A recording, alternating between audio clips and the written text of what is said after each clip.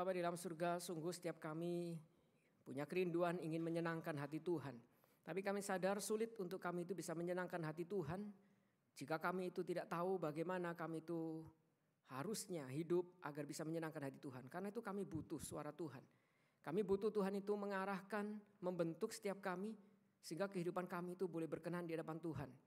Karena itu kami menyerahkan pembahasan firman Tuhan ini yang sebentar lagi akan kami itu sama-sama renungkan biar akhirnya menjadi satu momen di mana Tuhan itu bersuara mengarahkan setiap kami, membentuk setiap kami sehingga setiap kami itu boleh sungguh-sungguh mengerti bagaimana kami itu bisa hidup menyenangkan hati Tuhan. Karena itu bersuara bagi setiap kami, pakailah momen ke depan, pakailah hamba-Mu dengan segala keterbatasan biar akhirnya setiap kami itu boleh mendengar dan mengaplikasikan, menjalankan firman Tuhan dalam kehidupan kami sehari-hari. Inilah doa dan permohonan yang kami ini panjatkan hanya di dalam nama Yesus Kristus. Amin. Shalom Bapak Ibu dan saudara-saudari yang dikasihi dalam Tuhan. Hari ini tema yang kita akan sama-sama bahas yaitu tentang doa. Tapi saya ubah sedikit untuk tema kita, judulnya. Hari ini saya berikan judul yaitu The Prayer of Prayers. Atau doa dari sekian banyak doa, doa dari semua doa. Saudara-saudara, ketika kita itu memiliki Alkitab, Kidung Agung itu biasanya di dalam terjemahan bahasa Inggris judulnya itu dari bahasa aslinya diartikan sebagai The Song of Songs. Lagu atau kidung dari sekian banyak kidung-kidung yang ada. Yang ada itu ini lagu yang paling agung. Karena itu diterjemahkan sebagai Kidung Agung.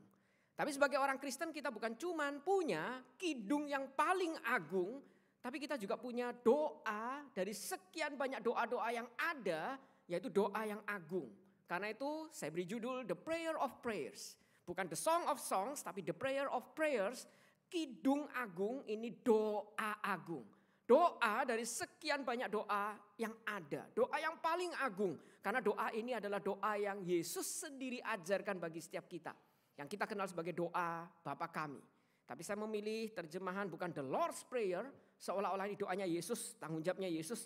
Tapi ini doa setiap kita yang Yesus ajarkan untuk kita doakan. The Prayer of Prayers. Yaitu dari doa Bapa kami, saya akan bacakan dua versi. Yang pertama dari Matius, nanti dari Lukas. Kita akan membaca, saya akan bacakan bagi setiap kita. Demikian firman Tuhan.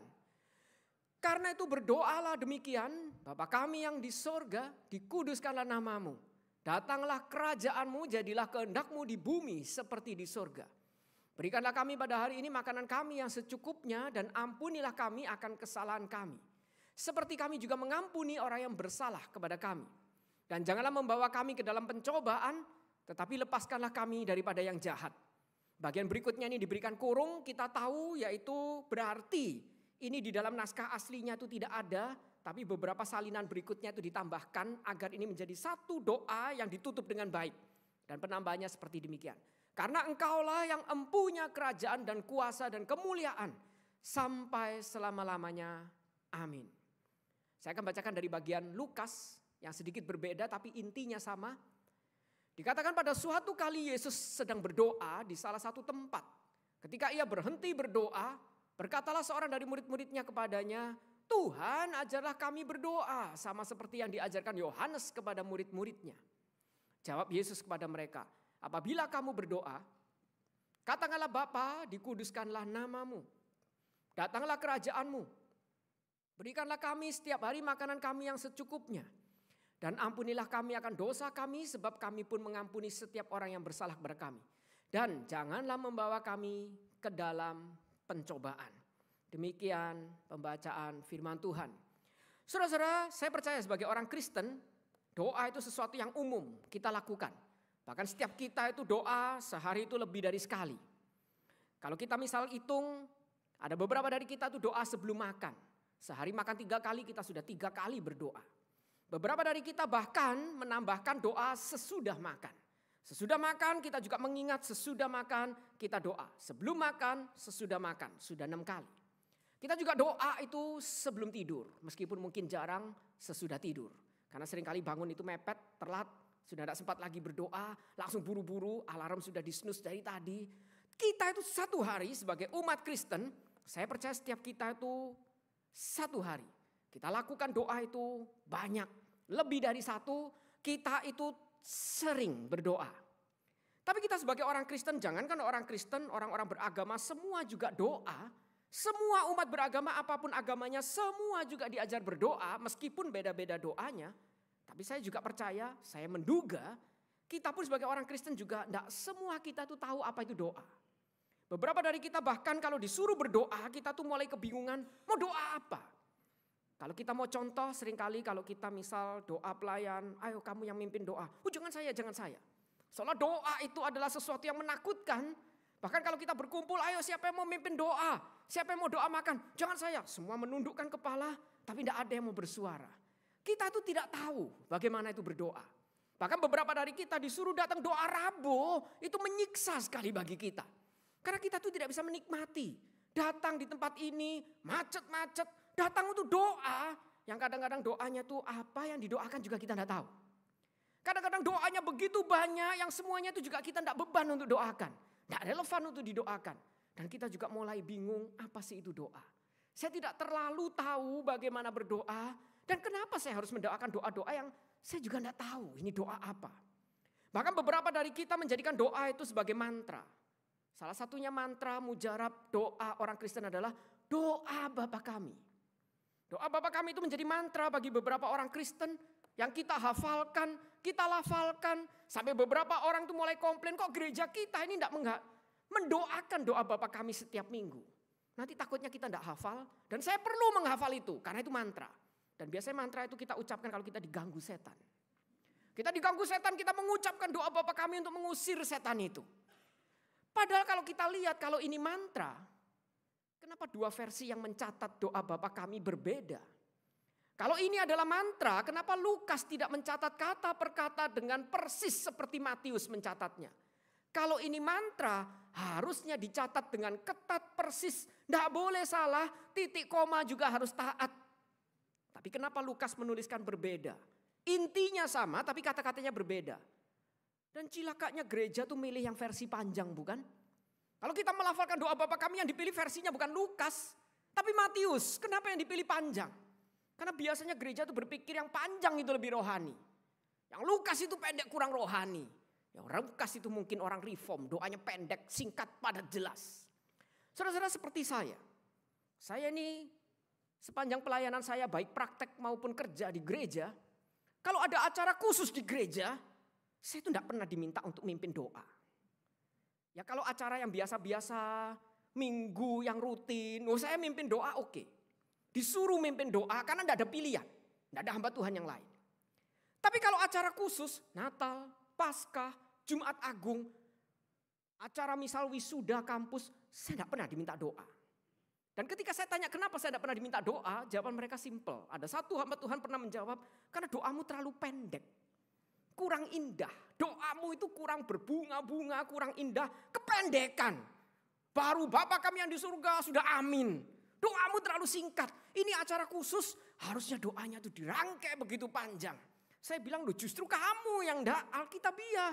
Kan Alkitab bilang, kalau berdoa jangan bertele-tele. Loh saya ini Alkitabiah. Tapi kita ini orang gereja suka yang panjang. Semakin panjang, itu semakin rohani. Sama seperti khotbah bukan? Saya ini khotbah itu kan pendek. Doa pendek, khotbah pendek, badan pun pendek. Semua pendek. Saya dibilang kurang rohani. Apa ini khotbah setengah jam udah selesai? Dikasih khotbah 1 jam ngomel. Setengah jam ngomong kecepatan. 1 jam udah hafal semua. Jadi kita suka yang panjang. Dan itu semua menunjukkan satu hal. Sebenarnya kita tuh tidak tahu apa itu doa. Doa cuman kalimat yang panjang yang dirangkai bertele-tele itu yang baik. Doa menjadi mantra. Dan doa tidak lagi menjadi satu kehidupan yang menggairahkan bagi setiap kita orang Kristen. Terutama orang Kristen yang katanya reform atau injili. Doa itu biasanya coba lihat kebaktian doa. Berapa persen dari jumlah jemaat. Beberapa mungkin dari kita sulit karena macet. Lokasi jauh, rumah kita jauh. Tapi berapa banyak orang yang rumahnya dekat tapi tidak mau datang. Karena dia sebenarnya tidak tahu buat apa saya datang. Bagaimana nanti saya doa. Doa. Hampir setiap kita lakukan, tapi sekaligus kita tidak terlalu tahu apa itu doa. Dan ini hal yang wajar karena murid Yesus pun saat itu juga tidak terlalu tahu apa itu doa. Sehingga dia itu meminta Yesus mengajar mereka tentang doa. Tuhan ajarkan kami berdoa. Seperti Yesus tuh ngajarin murid-muridnya doa. Kok kamu gak ngajarin kami? Kami mau diajar. Karena doa itu hal yang wajar dilakukan umat beragama. Tapi kita juga tidak terlalu tahu bagaimana yang benar. Bagaimana doa yang benar. Bagaimana doa yang baik. Dan untuk menjawab pertanyaan seperti itu, Yesus itu mengatakan, karena itu, kalau kamu mau berdoa, kamu yang tidak tahu bagaimana berdoa, harusnya kamu berdoa seperti demikian. Dan saya coba copotin bagian ini agar kita bisa lebih mudah melihatnya. Saya berikan susunan seperti ini agar lebih mudah. Yesus itu mengawali doanya, mengajar setiap murid-muridnya dan kita berdoa. Kita yang tidak tahu bagaimana berdoa, berdoalah demikian. Dan dia mengawali dengan satu kalimat, Bapa kami yang di sorga. Bagian ini menjadi bagian awal yang mengingatkan kita ketika kita doa kepada siapa kita berdoa. Dengan apa kita datang, status apa yang membuat kita tuh boleh berdoa. Dan bagian ini saya percaya setiap kita itu kadang-kadang suka mengatakan, luar biasa. Allah yang begitu tinggi itu sekarang mengizinkan kita memanggil dia Bapa. Kita diadopsi menjadi anaknya. Dan kita itu adalah children of God. Tapi saudara-saudara bagian ini kurang lengkap. Satu pihak betul bagian ini mengingatkan kita ini sekarang diadopsi.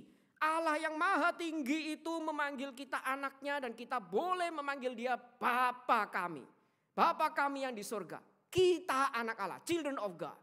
Tapi kita lupa di dalam bagian Alkitab yang lain, bicara anak Allah, Bapa kami, itu bukan cuma bicara adopsi saja, seolah-olah kita anak buangan kasihan diadopsi, tapi ini juga bicara satu hal, karena itu di dalam bagian Alkitab yang lain bukan diterjemahkan children of God, tapi diterjemahkan sons of God, putra-putra Allah, anak laki-laki Allah. Dan bagian ini kadang-kadang mengganggu untuk beberapa orang. Karena itu terjemahan Alkitab kemudian salah satunya bahasa Inggris misal. Diterjemahkan sons of God itu diubah menjadi children of God. Tapi kita harus tahu di beberapa bagian Alkitab salah satunya Galatia. Betul-betul menggunakan kata sons of God. Laki-laki, anak laki-laki Allah. Dan bagian ini dianggap gender rasis. Kalau kita tidak ubah, nanti wanita-wanita lari dari gereja, kalau KW sudah tutup, gereja itu bangkrut. Ada satu hamba Tuhan itu pernah bilang sama saya, Freddy, kalau kamu mau lihat gereja itu maju hidup apa enggak, lihat KW-nya. Kalau KW-nya itu jalan dengan baik, berapi-api, itu gereja berarti bagus. Ada masa depan. Karena biasanya yang menentukan gereja itu KW-KW-nya. Saya pikir ya benar juga. KW itu yang lebih powerful, yang lebih cinta Tuhan. Makanya banyak gereja selalu ada KW, jarang ada komisi pria. Seolah-olah tidak ada pria di gereja itu. Padahal ada. Tapi KW-KW itu begitu aktif. Sampai begitu mengasihi hamba Tuhan sampai tubuhnya tidak ideal gara-gara KW itu. Dikasih banyak makanan. Too much love will kill you. Terlalu mengasihi hamba Tuhan sampai hamba Tuhannya kolesterol. Lalu ini nyumbat, itu nyumbat. KW itu kalau hidup, gereja itu punya masa depan. Itu kata hamba Tuhan tersebut. Dan saya rasa ada benernya. Dan apakah karena itu kita mulai jangan sons of God. Nanti ibu-ibu meninggalkan gereja, ubah children of God. Tapi kita lupa penulis Alkitab itu bukan gender rasis. Saat itu konteksnya memang berbeda. Dia memang menggunakan sons of God. Dan bicara putra, anak laki-laki, itu berarti bicara satu hal, kita itu bukan cuman sekedar diadopsi. Dari anak, kita itu buangan mungkin, tidak punya orang tua sekarang diadopsi, memanggil dia Bapa. Tapi ada satu hal lagi, anak laki-laki adalah anak yang berhak mewarisi warisan orang tuanya. Kita itu ahli waris. Orang tua saat itu kalau punya harta yang begitu banyak, tapi dia tidak punya anak laki-laki, secara hukum dia tidak sah untuk meneruskan harta bendanya kepada keturunannya. Tidak bisa keturunan wanita, harus pria.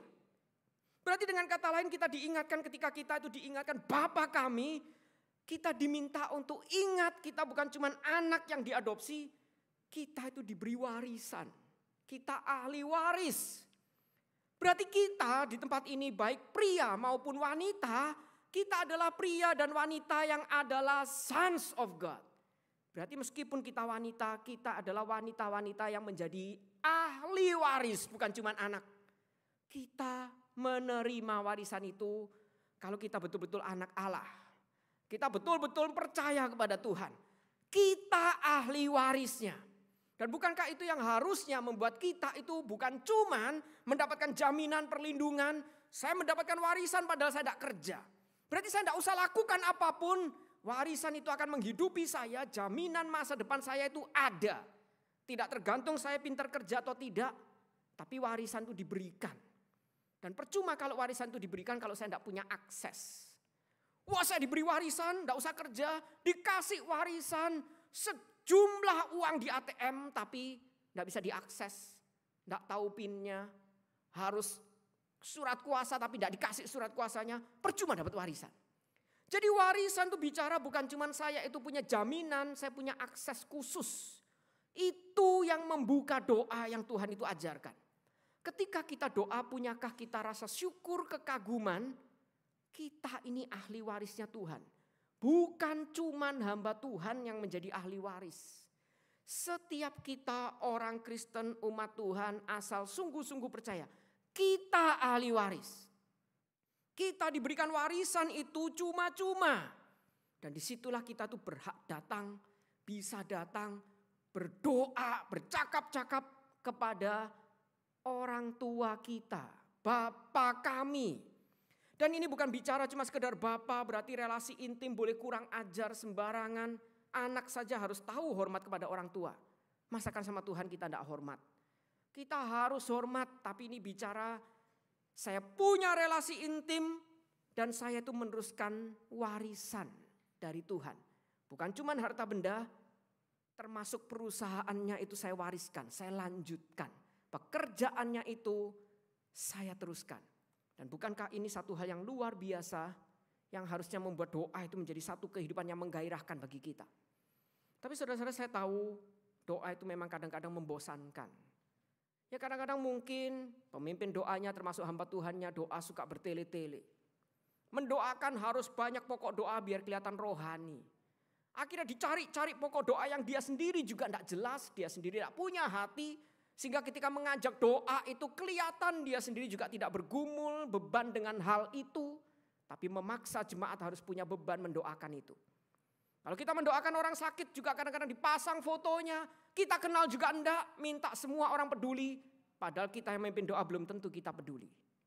Dan kita tuh mulai sadar, doa menjadi sesuatu yang membosankan. Karena kita lupa, doa adalah kebanggaan saya menjadi ahli waris Tuhan. Saya boleh datang, punya akses berbicara langsung pada Tuhan. Semua agama doa. Tidak semua orang dikasih akses khusus untuk bisa memanggil dia Bapa. Kita diberi. Tapi apakah kita tuh bersyukur, datang dan berdoa pada dia? Saudara-saudara, saya tuh kalau konseling, biasanya saya suka biasakan untuk sebelum pulang yuk kita doa dulu. Bahkan kadang-kadang kalau konselingnya lewat telepon tetap ayo kita doa dulu meskipun lewat telepon. Tapi biasanya kalau lewat telepon banyak jemaat itu merasa lucu, menolak, tidak mau didoakan. Oh tidak usah lah kok doa lewat telepon lucu. Sebenarnya bahasa lainnya itu kan adalah tidak sudi gua didoain sama lu. Jadi biasanya kalau sudah seperti itu saya sedikit memaksa kalau bisa tetap doa. Saya ingin menjadikan doa itu bukan cuma sebagai kebiasaan untuk kita saling care. Tapi ada satu hal yang saya mau tunjukkan pada dia. Saya ahli waris Tuhan, saya diberikan akses khusus. Saya mau pakai akses itu untuk berbicara pada Tuhanku tentang masalahmu. Dan agar Tuhan itu bisa tolong kamu. Apakah kita masih punya kebanggaan, rasa syukur, kekaguman itu? Kalau punya, bukankah doa itu sesuatu yang menyenangkan? Itu yang Tuhan itu ingatkan. Jika doa masih punya enggak kekaguman seperti itu? Jika punya. Nah pertanyaannya, lalu apa yang kita harus doakan? Karena itu bagian berikutnya Tuhan lanjutkan, doalah seperti demikian. Dia membagi dua bagian besar, di mana bagian pertama dan kedua ini sama-sama berisi 3 permintaan. Dan 3 permintaan pertama ini semuanya diakhiri mu. Dan mu-nya huruf besar itu berarti Tuhan. Berarti permintaan yang pertama itu Tuhan itu mengingatkan setiap kita itu minta dengan berpengharapan. Berapa banyak setiap kita tuh di dalam doa masih punya pengharapan. Di dalam doa kita meskipun masalah kita begitu berat, kita begitu sesak melihat kondisi itu seolah-olah tidak berpengharapan, tapi justru disitulah kita berdoa karena kita sadar kita masih punya pengharapan semua di dalam kendali Tuhan. Karena itu kita diajar berdoa dalam bagian pertama, fokus kepada Tuhan, yaitu kita ucapkan doa ini yang pertama. Biarlah namamu itu dikuduskan. Saudara-saudara, Tuhan itu sudah kudus. Tapi doa ini maksudnya agar bukan berarti kita itu sekedar doa agar nama Tuhan lebih kudus, sebelumnya kurang kudus. Tapi doa ini mengingatkan kita Tuhan yang sudah kudus itu. Kita sadar kekudusan Tuhan itu seringkali dihina, tertutup, ditolak. Dan kita berdoa, biarlah nama Tuhan itu kembali bisa diwujudkan, dikuduskan di dunia ini. Dan kita juga diajar untuk meminta di dalam pengharapan, biarlah kerajaan Tuhan itu bisa datang. Kalau nama Tuhan itu dikuduskan, Tuhan menjadi yang utama, raja dalam kehidupan kita. Kerajaannya itu kita minta datang, dan disitulah biarlah kerajaan Tuhan yang datang itu membawa kehendak sang raja ini bisa terjadi di bumi seperti di surga. Doa kita adalah doa berharap. Karena kita percaya semua ini masih dalam kendali Tuhan. Saudara-saudara, beberapa minggu yang lalu kita itu kebaktian terutama yang siang dan sore itu sedikit sepi. Karena kita takut demo. Kita sadar bahwa ternyata ada yang lebih ditakuti orang Kristen selain Tuhan. Biasanya orang Jakarta itu yang lebih takut daripada Tuhan, yang lebih menakutkan itu banjir, macet, demo. Oh, kita tuh mulai takut demo, kita mulai beberapa sudah tidak berani ke gereja. Dan kita diminta untuk ayo kita tetap berdoa. Dan ketika diminta berdoa beberapa jemaat mengatakan apa yang mau didoakan. Indonesia ini tidak baik-baik saja. Indonesia ini sedang gelap, apalagi yang mau didoakan. Tapi bukankah kata-kata itu mengingatkan bahwa setiap kita itu seringkali hidupnya tidak berpengharapan. Seolah-olah Tuhan itu sudah tidak lagi bisa berkehendak, mengendalikan, mengontrol bangsa dan negara kita. Tapi doa yang berpengharapan harusnya menyadarkan kita. Kalau kita ini ahli waris Tuhan, kita punya tugas melanjutkan tugas dari ahli waris. Sebagai ahli waris dari yang memberikan warisan ini. Dan salah satu tugas kita adalah kita berpengharapan segelap apapun Indonesia. Kita percaya nama Tuhan bisa dikuduskan di negara ini. Kita berharap, kita rindu suatu saat kita bisa lihat nama Tuhan kembali dikuduskan. Dan kerajaan Tuhan itu dinyatakan di dalam bangsa dan negara ini. Dan disitulah kehendak Tuhan bisa terjadi. Dan negara ini tidak segelap yang kita itu katakan. Kalau kehendak Tuhan itu terjadi, masakan kondisi tidak lebih baik. Kita doa, kadang-kadang mulai berhenti berdoa, putus asa. Karena seringkali karena kita sudah tidak lagi punya harapan. Tapi Tuhan mengingatkan ketika doa. Jangan kita itu ketika bersyukur melihat anugerah yang begitu besar, lalu kita lupa berharap pada Tuhan yang begitu beranugerah besar itu. Yesus mengajarkan berdoalah dengan terus berpengharapan, karena semua ini masih dalam kendali Tuhan. Baru dilanjutkan berikutnya, ketika saya berdoa seperti demikian, masa saya tidak boleh punya keinginan? Masa saya tidak boleh doa meminta sesuatu? Minta kebutuhan sehari-hari, minta kesembuhan. Masa saya tidak boleh? Boleh. Tapi ketika kita meminta hati-hati, betulkah kita bisa meminta dengan benar? Kalau tidak dimulai dengan kita itu kagum, sadar siapa Tuhan kita dan siapa kita. Dan kita punya pengharapan, dari situlah baru kita boleh meminta permohonan. Karena itu bagian berikutnya ini dikatakan, di dalam penyerahan diri itu kita berdoa, berikanlah kami pada hari ini makanan kami yang secukupnya. Dan ampunilah kami akan kesalahan kami seperti kami juga mengampuni orang yang bersalah kepada kami. Dan janganlah membawa kami ke dalam pencobaan, tetapi lepaskanlah kami daripada yang jahat. Bagian yang kedua, ada 3 permintaan sudah bukan beralih lagi, bukan mu, tapi menjadi kami. Kalau tadi pusatnya ke Tuhan, sekarang Tuhan mengizinkan kita minta permintaan kita yang kami. Secara pribadi. Dan dikatakan permintaan pertama, makanan kami yang secukupnya. Yang kedua, ampunilah kami akan kesalahan kami seperti kami juga mengampuni orang yang bersalah kepada kami. Yang ketiga, jangan membawa kami ke dalam pencobaan, tapi lepaskan kami dari yang jahat.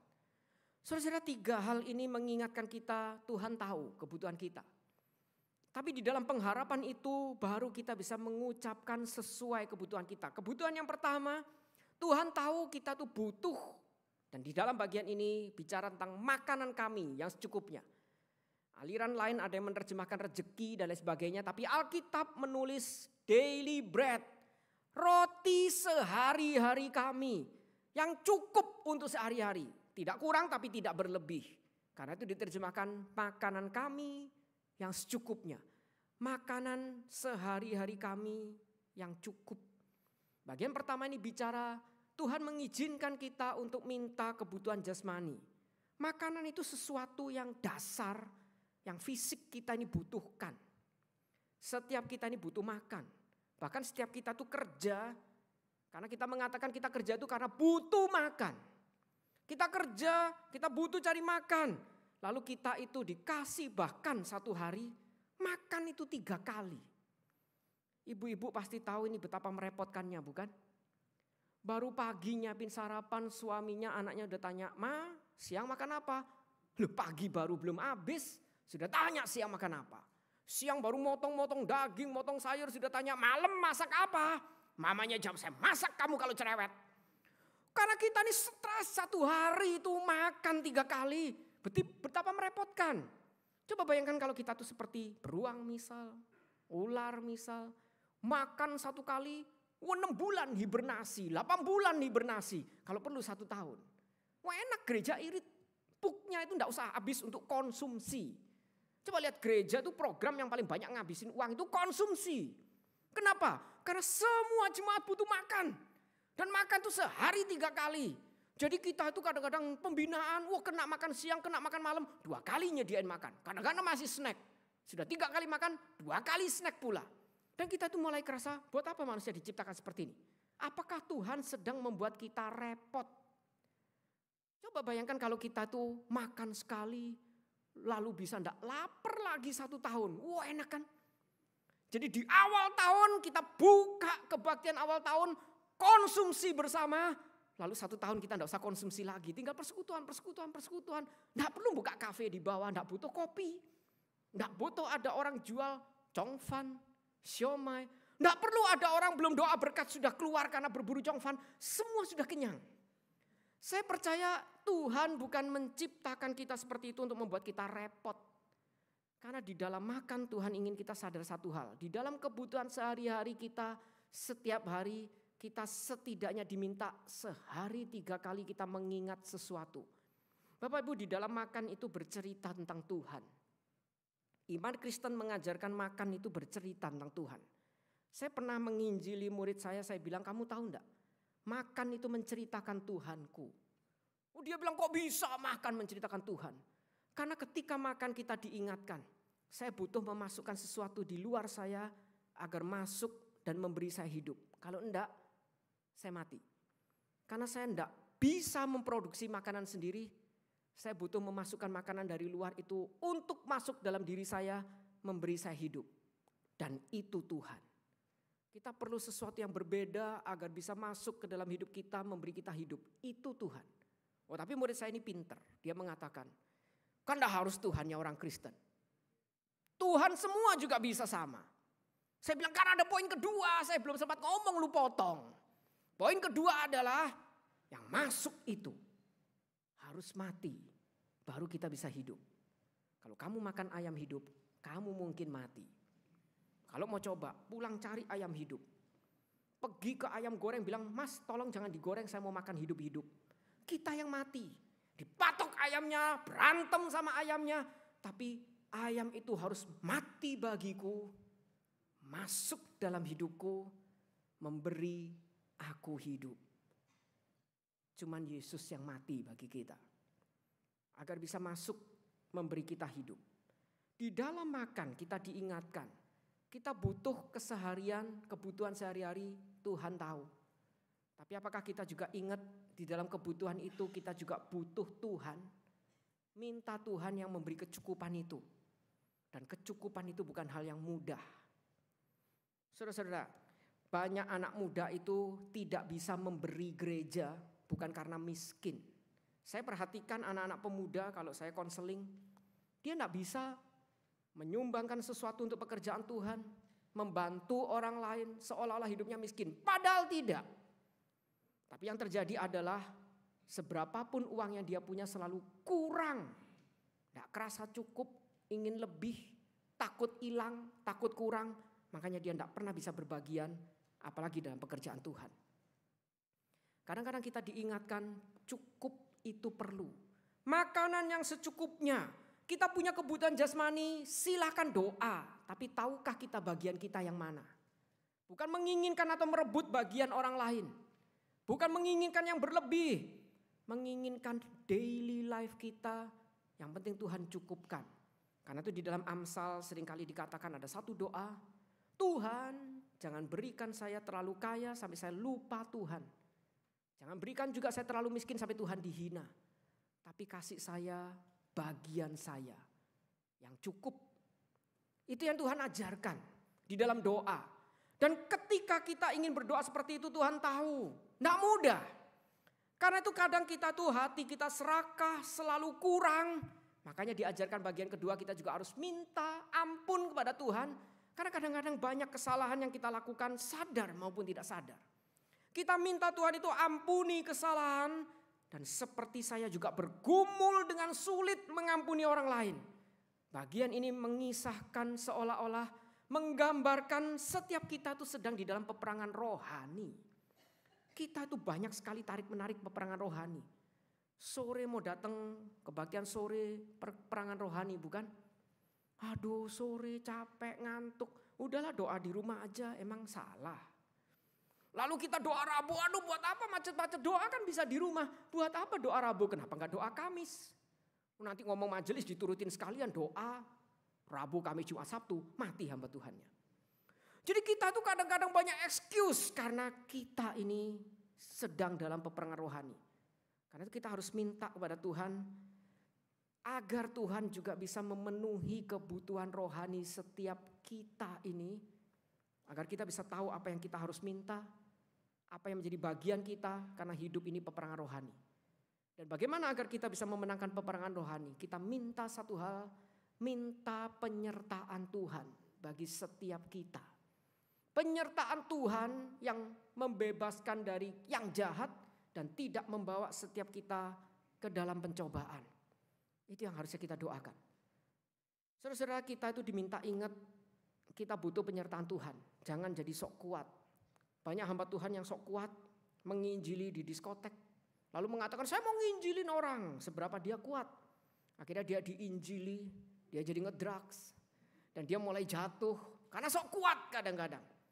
Kadang-kadang kalau kita lemah, kita sadar kita lemah. Nah disitulah kita minta pimpinan Tuhan. Agar kita bisa disertai Tuhan. Memenangkan peperangan rohani. Dan kita mulai tahu yang cukup buat saya itu apa. Boleh meminta, silahkan doa meminta. Tapi minta itu bukan permintaan egois yang berlebihan. Tapi karena saya tahu bagian saya apa. Dan saya tahu bagaimana karena saya bergumul di hadapan Tuhan. Biarlah Tuhan yang memimpin dan memimpin saya agar saya bisa memenangkan peperangan rohani dan tahu kebutuhan saya yang cukup bagi saya itu apa. Itu doa. Karena itu saudara-saudara bagian ini mengingatkan ketika murid-murid itu tanya, Tuhan bagaimana saya itu berdoa. Dia mengajarkan doa Bapa kami yang kemudian ditutup. Karena Engkaulah yang empunya kerajaan dan kuasa dan kemuliaan sampai selama-lamanya. Amin. Itu the prayer of prayers. Jadi kita diingatkan bagaimana ketika kita itu punya kehidupan doa tidak lagi menggairahkan. Jangan-jangan. Karena kita itu sudah tidak lagi punya kekaguman bersyukur pada Tuhan. Karena itu biasanya orang Kristen itu menyarankan doa itu pertama kali harusnya dimulai dengan ucapan syukur. Kekaguman kita di hadapan Tuhan. Dan diikuti dengan kekaguman itu membawa kepada kehidupan yang berpengharapan. Kadang-kadang kita tidak lagi bergairah untuk berdoa. Karena mungkin kita sudah tidak lagi punya pengharapan. Kita merasa Tuhan sudah tidak lagi mengendalikan kondisi di sekitar kita. Kita diajar bukan cuma bersyukur, tapi kembali berharap pada Tuhan. ini masih dalam kendali Tuhan. Percaya, semua masih dalam kendali Tuhan. Dan disitulah baru kita bisa mengajukan permintaan dengan berserah pada Tuhan. Penyerahan diri, surrender, berserah bukan menyerah. Beberapa orang Kristen itu berdoa karena menyerah. Contohnya, ayo kita kerja buat Tuhan, mati-matian. Begitu sudah jumlahnya tidak memenuhi target, waduh ini kemungkinan sepi seminarnya, baru doa. Pertama bikin seminar enggak doa, enggak tanya Tuhan pingin kita adakan seminar itu atau enggak. Tuhan kepingin kita buka ini atau enggak. Tuhan kepingin kita lakukan ini atau enggak doa. Tapi ketika kita lakukan ini, sepi, mulai. Mari kita doa. Doa itu menyerah, karena saya enggak tahu saya sudah lakukan semua, gagal. Dan kita mulai menyerah. Doa bukan menyerah, tapi berserah. Saya tahu saya itu punya kebutuhan. Tapi saya percaya kebutuhan saya akan dipenuhi karena Tuhan memberikan warisan bagi saya. Kalau Dia memberikan warisan yang begitu luar biasa besarnya, anugerahnya begitu limpah, masa kebutuhan sehari Dia tidak penuhi? Kalau kadang-kadang jawaban doa adalah tidak, bagi saya itu karena Tuhan tahu itu tidak tepat, itu bukan bagian kita. Tapi kalau kadang-kadang jawaban Tuhan itu belum, berarti Tuhan tahu memang belum waktunya kita mendapatkan. Sebagai orang tua, kalau anak kita masih SD minta motor, minta mobil, kita belikan, kita bukan orang tua yang baik. Justru kadang-kadang kita jahat. Anak SD dikasih motor, ngelindes temennya nanti. Ngelindes gurunya nanti. Kadang-kadang kita ngomong tidak, karena kita care sama dia. Jadi kadang-kadang kalau kita itu mengatakan, kamu mau minta motor? Jangan sekarang, belum waktunya. Itu bukan jahat. Karena kita tahu kapan waktu yang tepat. Dan kita tahu apa yang dia butuhkan lebih daripada dia tahu yang dia butuhkan. Itu Bapa, itu orang tua. Kalau manusia aja tahu, masa Bapa di surga enggak tahu? Dia memberikan kita warisan, dia meminta kita tuh kagum, bersyukur, dan tetap berharap. Dan di dalam pengharapan itu kita minta kehendak Tuhan jadi. Kalau kehendak Tuhan jadi, mari kita berdoa.